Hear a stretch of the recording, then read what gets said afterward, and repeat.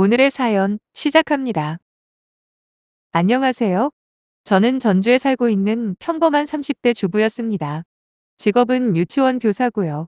결혼하고도 일은 계속해서 월 평균 250만 원 벌었고 남편은 자동차 부품 납품을 하는 회사를 운영하고 있었죠. 명색이 사장이긴 했지만 벌이는 들쭉날쭉했어요.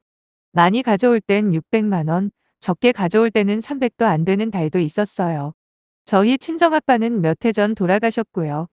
현재 엄마는 작은 식당을 하시며 동생들과 함께 살고 계십니다.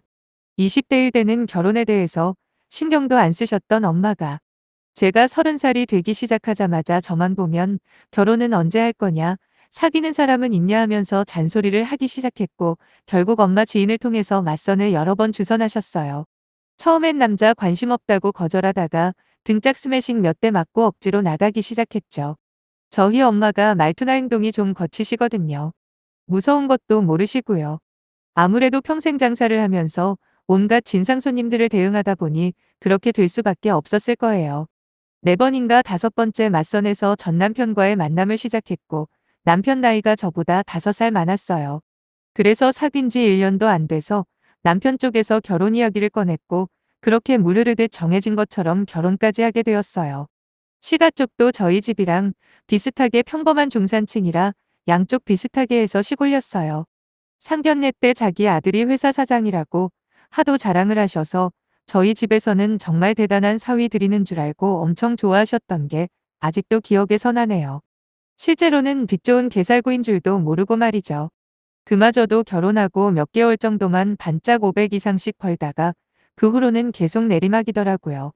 평균 수입은 약 300 정도라고 보시면 될 거예요. 뭐 그래도 겉보기에는 열심히 일하는 것처럼 보였고 저도 같이 맞벌이를 하니 열심히 저축하고 알뜰하게 살았어요. 남편과 부딪히는 경우도 크게 없었고요. 성격적으로는 꽤 잘 맞는 편이었거든요. 그런데 문제는 양가 집안에 대한 거였는데 웃기게도 남편은 시가에 가는 것도 싫어하고 저희 친정 가는 것도 싫어했습니다. 결혼 전에 제가 확실하게 못 바꿔둔 게 있는데 그건 바로 며느리라 당연히 해야 하는 건 없다. 그런 꼰대 마인드 자체를 없애라. 결혼할 때도 반반했고 둘 다 맞벌이니 누가 더 손해보는 것도 없지 않냐. 그러니까 나는 당신이 우리 집에 하는 만큼 나도 시가에 할 거다. 명절에도 번갈아 가며 찾아뵐 거니 괜히 어설프게 대리효도할 생각은 애초에 버리는 게 좋을 거라고 했더니 남편은 웃으면서 절대 그럴 일 없을 거라고 자신 있게 말하더라고요. 그런데 그게 양쪽 다 아예 신경 안 쓴다는 뜻일 줄은 전혀 몰랐네요. 거기다 시부모님도 여기에 다른 사연들처럼 지나치게 간섭을 하거나 무리한 부탁을 하는 분들은 아니었어요. 오히려 무관심에 가깝다고 할까요? 저희가 어떻게 살던 크게 신경을 안 쓰시더라고요. 그런 시부모님과는 다르게 저희 엄마는 저희 남편을 정말 좋아했어요. 무뚝뚝한 남편의 모습조차도 과묵하고 진중해 보인다고 좋아해 주실 정도로 마치 콩깍지가 쓴 것 같았는데 그런 저희 엄마 마음도 모른 채 남편은 제가 말하지 않으면 안부 전화를 한 달이 넘어도 할 생각이 없어 보이더군요. 저야 어찌 보면 편했죠. 여기 사연 속의 많은 며느리들처럼 시가에서 수시로 전화와서 속 뒤집는 소리 들을 필요도 없고 주말마다 찾아뵙고 같이 밥 먹어야 할 일도 없었으니 말이에요. 그런데 이게 시간이 지날수록 제가 불편해지는 겁니다. 제가 원했던 결혼 생활은 이런 게 아니었거든요. 적어도 한 달에 한 번 정도는 시부모님이나 저희 부모님 얼굴 뵙고 시간을 보내고 싶었는데 남편은 그럴 때마다 질색을 합니다. 그러면서 우리 이미 말했잖아. 서로 하는 만큼만 하자고 말이야. 당신이 우리 집에 신경 안 써도 아무 말 안 할 테니까 자기도 나보고 처가에 신경 쓰라고 하지 마. 그냥 지금처럼 사는 것도 좋잖아.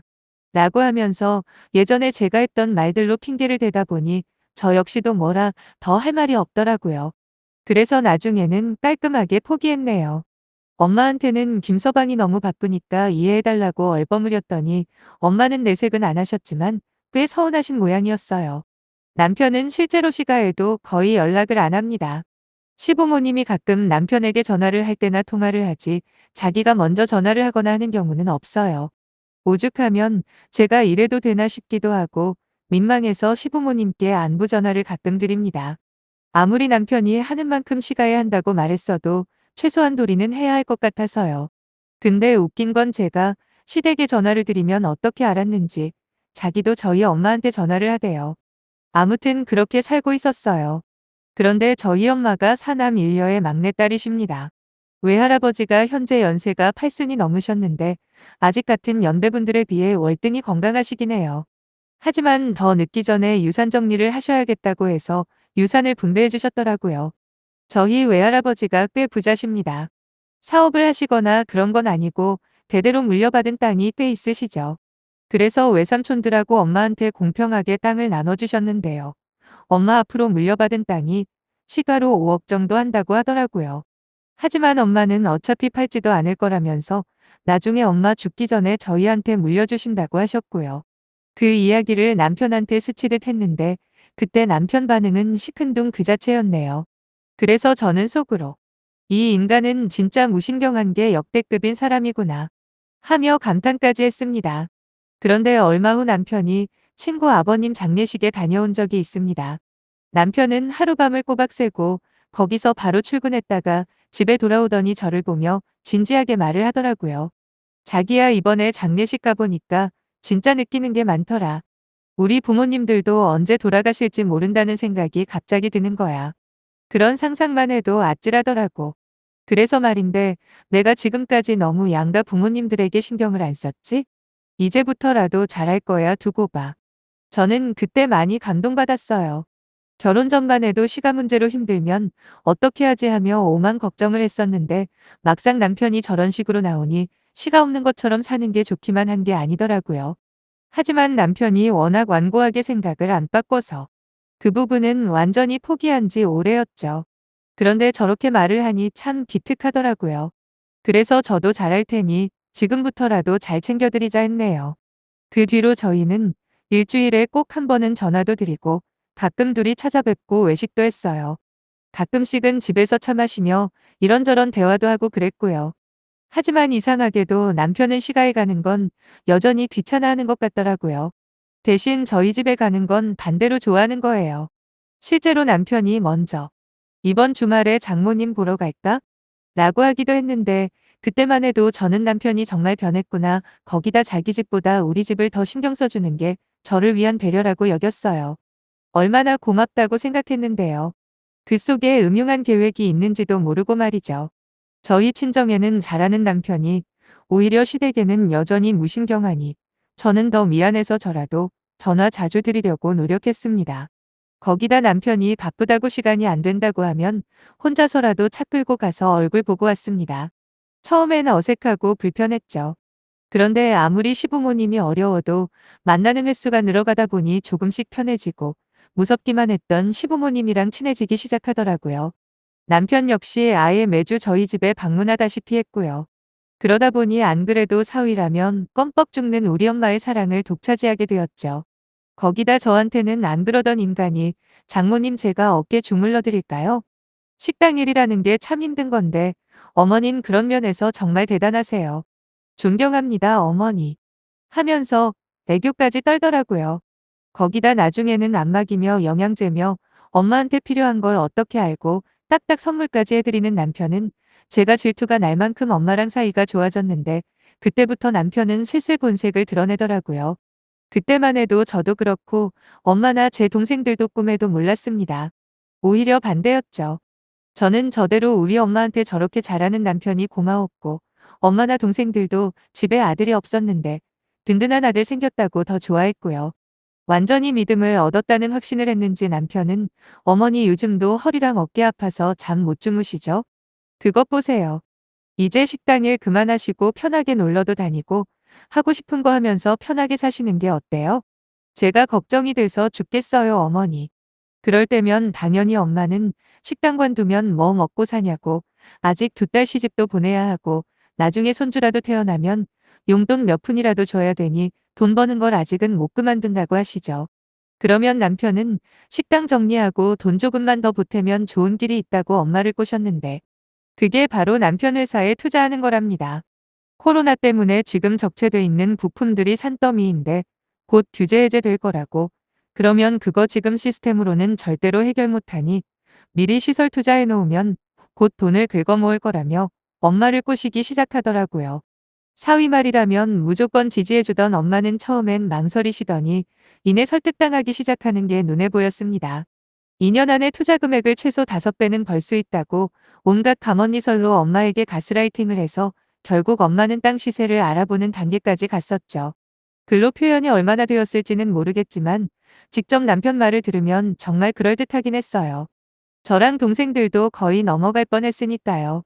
그나마 저는 좀 더 알아보고 신중해야 한다는 쪽이었는데 엄마랑 동생들은 이미 땅 판 돈으로 투자한 다음 얼마를 벌지 계산하고 있더라니까요. 지금 생각해도 그때 돈을 투자했더라면 어땠을까 정말 아찔합니다. 하지만 이 모든 게 남편 놈의 사악한 계략이었더라고요.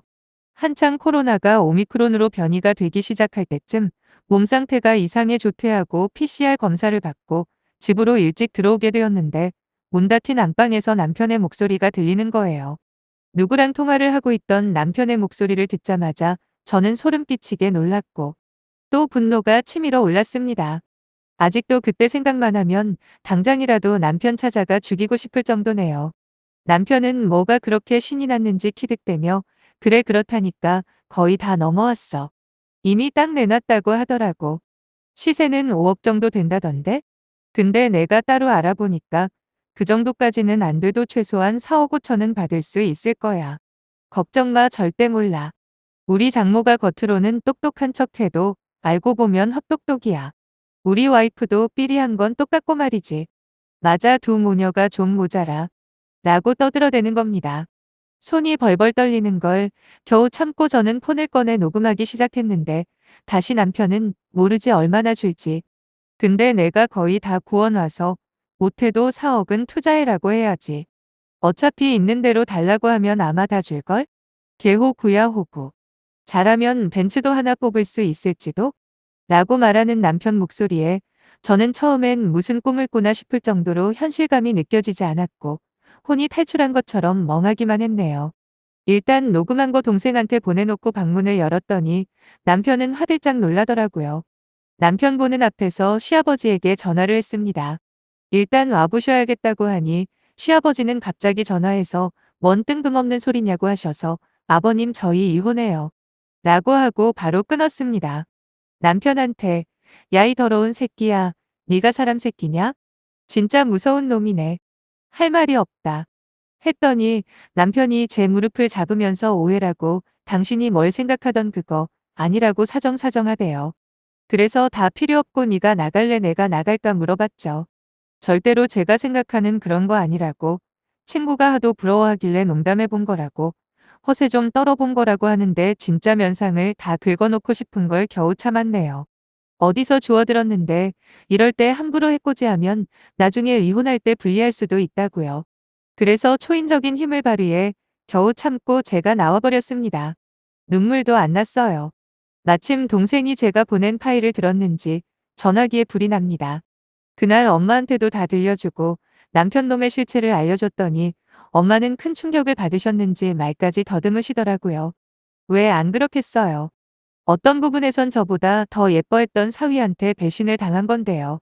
그리고 시아버지가 오셨다고 연락이 왔길래 같이 찾아갔습니다. 엄마 동생들 떼동하고서요. 시아버지는 저와 엄마에게 죄송하다 반복해서 사과를 하셨고 남편이 있는 집으로 들어가자마자 남편에게 달려들어 마구 때리시면서 그냥 죽으라고 소리소리를 지르셨고 남편은 손으로 머리를 감싸며 잘못했다고 하고 진짜 난리통도 그런 난리통이 없었습니다. 엄마는 남편에게 눈길조차 주지 않으셨고 시아버지에게 다른 거 다 필요 없으니 애들 이혼시키자 하셨어요. 시아버지는 뭐라 말씀을 하려고 하다가 그냥 알겠다고 하셨네요. 그렇게 거짓말같이 파란만장했던 제 결혼 생활은 종지부를 찍었어요. 이혼 과정에 진상짓이나 구질구질하게 매달리는 일은 다행히도 없었고요. 조용히 서류 접수하고 숙려기간 지난 후 우리는 다시 남남이 되었습니다. 정말 속이 다 후련합니다. 그리고 까딱했으면 그 사기꾼 소시오패스 같은 놈한테 제대로 쏘가 넘어갈 뻔했네요. 이 일이 앞으로의 제 인생에 아주 큰 교훈이 될 거예요. 저는 그럴 거라 믿습니다. 그래야 제가 사니까요. 아직까진 믿었던 남편의 배신으로 인한 충격과 상처가 사라지진 않았지만 머지않아 엄마도 저도 훌훌 털고 아무 일 없었다는 듯이 원래 생활로 돌아갈 수 있겠죠. 마음에 큰 상처를 받은 엄마에게 더 잘하며 살겠습니다. 제 사연 읽어주셔서 정말 감사해요.